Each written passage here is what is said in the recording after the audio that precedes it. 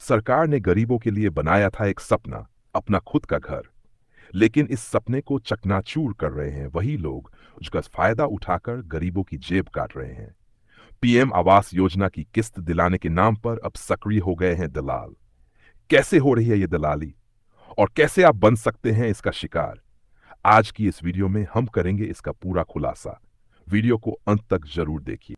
PM Awas Yojana का परिचय। प्रधानमंत्री आवास योजना यानी वो योजना जो गरीब और बेघर लोगों को पक्का मकान देने के लिए बनाई गई थी। इस योजना के तहत लाभार्थी को सरकार की तरफ से 3 किस्तों में पैसा दिया जाता है। ये पैसा सीधे लाभार्थी के खाते में आता ताकि वो अपना घर बना सके। पहली किस्त तब मिलती है जब जमीन पर निर्माण शुरू होता है, दूसरी किस्त जब मकान की दीवारें खड़ी हो जाती हैं और तीसरी किस्त जब छतरा दी जाती है। सरकार की ओर से कुल सहायता राशि लगभग 1,20,000 रुपये तक होती और इसमें मनरेगा के तहत मजदूरी का पैसा भी जुट सकता है। अब आइए बात करते हैं असली मुद्दे की, दलालों की। गांव देहात से लेकर पंचायत स्तर तक अब कुछ लोग सक्रिय हो गए हैं जो कहते हैं हमारे हाथ में सब है, हमसे मिल लो तो किस्त फटाफट मिल जाएगी, वरना महीनों चक्कर काटते रहोगे। ऐसे दलाल आमतौर पर स्थानीय नेता, पंचायत सचिव या किसी मुखिया के करीबी होते हैं। इनका काम होता है लाभार्थियों को डराना, गुमराह करना और पैसा ऐंठना। कैसे करते हैं शिकार? दलालों की चालें बहुत चालाकी से चलती हैं। सबसे पहले वो ऐसे लोगों की लिस्ट बनाते हैं जिनकी फाइलें पास हो चुकी है लेकिन किस्त अभी रिलीज नहीं हुई। फिर वो जाकर कहते हैं तुम्हारी फाइल अटक गई है ऊपर, हमने अंदर से बात कर ली है, 5,000 दो, काम हो जाएगा। कई बार वो नकली कॉल करवाते हैं ताकि लगे कि वो ऊपर तक जुड़े हुए हैं। कुछ तो ये भी कहते हैं कि अधिकारी को चाय पानी देना पड़ता है। और मजे की बात यह है कि ये लोग खुलेआम काम कर रहे हैं क्योंकि उन्हें पता है कि शिकायत करने वाला गरीब इंसान खुद डरा सहमा होता है। आइए मिलते हैं संगीता देवी से, एक विधवा महिला जिनका नाम पीएम आवास योजना में पास हुआ था। संगीता बताती हैं, मुझे पंचायत से फोन आया, बोले आपकी पहली किस्त अटक गई है। एक आदमी आया और बोला कि 5,000 दो तो काम हो जाएगा। मैंने जैसे तैसे उधार लेकर उसे पैसा दिया लेकिन 2 महीने बाद भी कुछ नहीं हुआ। फिर बोला और 2,000 दो, तब होगा।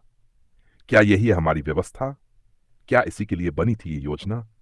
पंचायत और अधिकारियों की भूमिका। अब सवाल उठता है, पंचायत और अधिकारी क्या कर रहे हैं?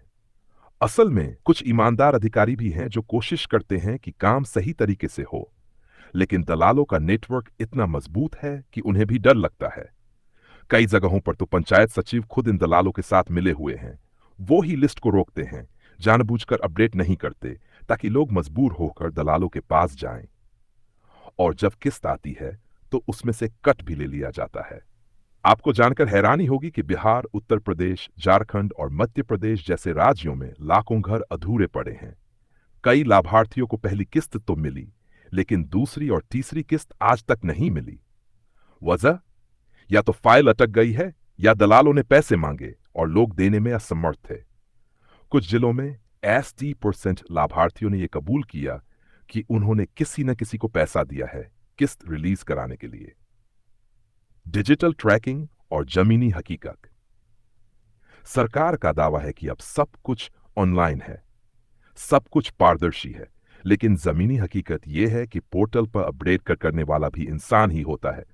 और वहीं होता है भ्रष्टाचार। फोटो अपलोड नहीं किया गया, काम पूरा दिखा दिया गया, या फिर काम पूरा हो गया लेकिन फोटोज अपलोड नहीं की गई। ये सब कुछ पंचायत स्तर पर ही होता है। क्या करें आप? अब सवाल ये उठता है, अगर आपके साथ ऐसा हो रहा है तो आप क्या कर सकते हैं? सबसे पहले दलाल को पैसा मत दीजिए। अपने आवेदन की स्थिति पीएम आवास योजना की वेबसाइट पर चेक कीजिए। पंचायत और ब्लॉक स्तर पर सीधे संपर्क कीजिए और लिखित में मांग कीजिए। आरटीआई दाखिल कीजिए। आरटीआई से आपको किस्त की स्थिति, फाइल की स्थिति और सब कुछ मिल सकता है। अगर कोई पैसा मांगता है तो उसका ऑडियो या वीडियो सबूत लेकर शिकायत दर्ज कराए। आप शिकायत कर सकते हैं जिला समाहरणालय में, जनप्रतिनिधि या सांसद विधायक से, लोक शिकायत निवारण पदाधिकारी से, और सबसे जरूरी लोकल मीडिया या सोशल मीडिया का सहारा लें, क्योंकि जब बात उठती है तभी बदलाव होता है। पीएम आवास योजना एक सुनहरा मौका है गरीबों को गरिमा के साथ रहने का हक दिलाने का। लेकिन अगर हम ही चुप रहेंगे तो दलाल इसे भी खा जाएंगे। अब समय आ गया है जागरूक होने का, सवाल उठाने का और भ्रष्ट तंत्र के खिलाफ आवाज बुलंद करने का। अगर आपको ये वीडियो जानकारीपूर्ण लगी हो तो इसे शेयर कीजिए ताकि हर गांव तक ये संदेश पहुंचे।